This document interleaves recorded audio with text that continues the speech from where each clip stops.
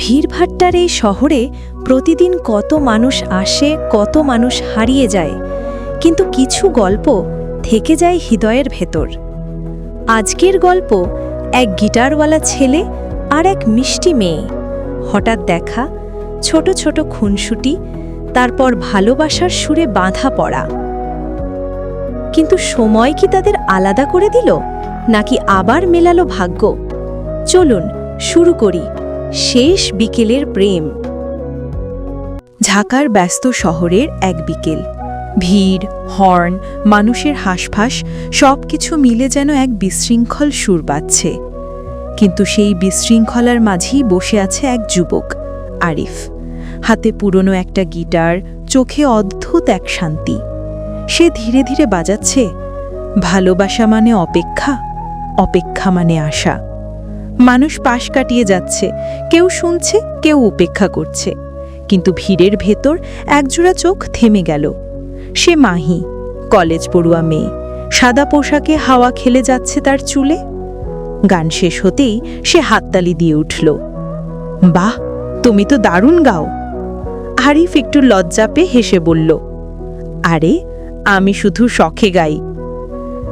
শখে যদি এত সুন্দর গাও, তবে পেশাদার হলে তো মানুষ পাগল হয়ে যাবে। এই ছিল তাদের প্রথম আলাপ। এরপর থেকে মাহি প্রায় প্রতিদিনই একই বাস স্টপে আসতে লাগল। আরিফও প্রতিদিন সেখানে গিটার নিয়ে বসত। একদিন মাহি মজা করে বলল, তুমি প্রতিদিন এখানে থাকো কেন? পড়াশোনা করো না? আরিফ হেসে বলল, আমি গিটার নিয়েই পড়াশোনা করি। তুই যদি প্রতিদিন আসিস, তবে এটাকে ক্লাস বলবো। মাহি ভ্রু কুঁচকে বলল, ও মানে আমি তো তোমার শিক্ষক। না, তুই ছাত্রীর মতো, তবে এক্ষেত্রে আমি শিখছি তোকে। মাহি হেসে গাল ফুলিয়ে নিল, যা, আমি কিন্তু সহজে কাউকে শিখতে দিই না। আরিফ চোখ টিপে বলল, আমার ভাগ্য ভালো যে তুই আমাকে দিস। একদিন হঠাৎ ঝোড়ো বৃষ্টি, মানুষ দৌড়ে আশ্রয় নিচ্ছে।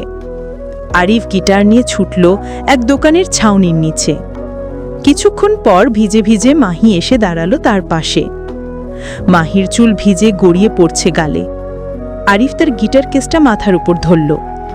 মাহি কাঁপা গলায় বলল, তুমি জানো, আমি বৃষ্টিতে ভিজতে ভালোবাসি, কিন্তু একা ভিজতে চাই না।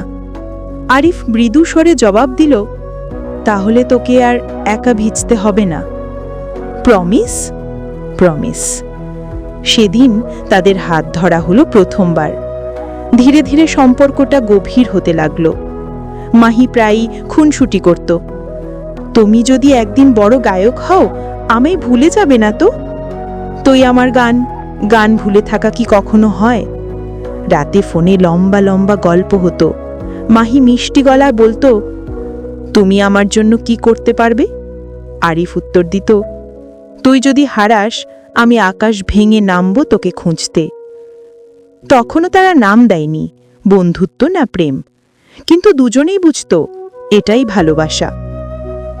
একদিন রাফিকে নিয়ে কক্সবাজার গেল তারা। সাগরের ধারে বসে গিটার বাজাচ্ছিল আরিফ।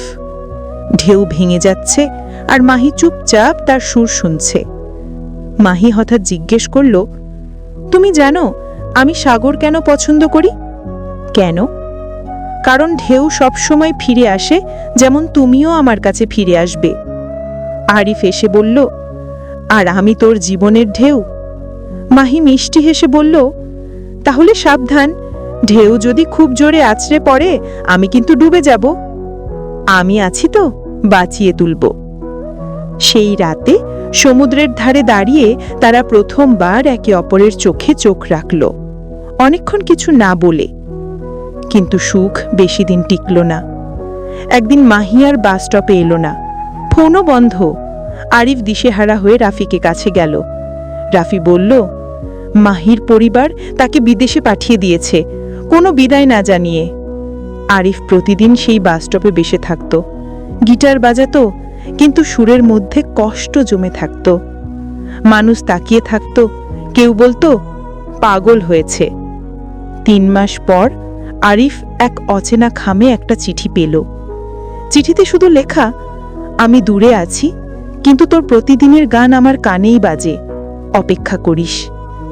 চিঠির কোনো নাম ছিল না, কিন্তু আরিফ বুঝল এটা মাহিরই লেখা। সেদিন থেকে আবার নতুন করে আশা জন্ম নিল। 6 মাস পর এক বিকেল সূর্যাস্তের লাল আভা শহর ভরে তুলেছে। আরিফ আগের মতোই গিটার বাজাচ্ছে। হঠাৎ ভিড়ের মধ্যে পরিচিত হাসি।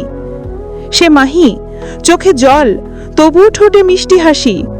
সে দৌড়ে এসে বলল, বোকা, আমি তোকে ছেড়ে যাব ভাবিস কেন? আরিফ কাঁদতে কাঁদতে বলল, তুই তো চলে গেছিলি, আমি প্রতিদিন তোকে খুঁজেছি।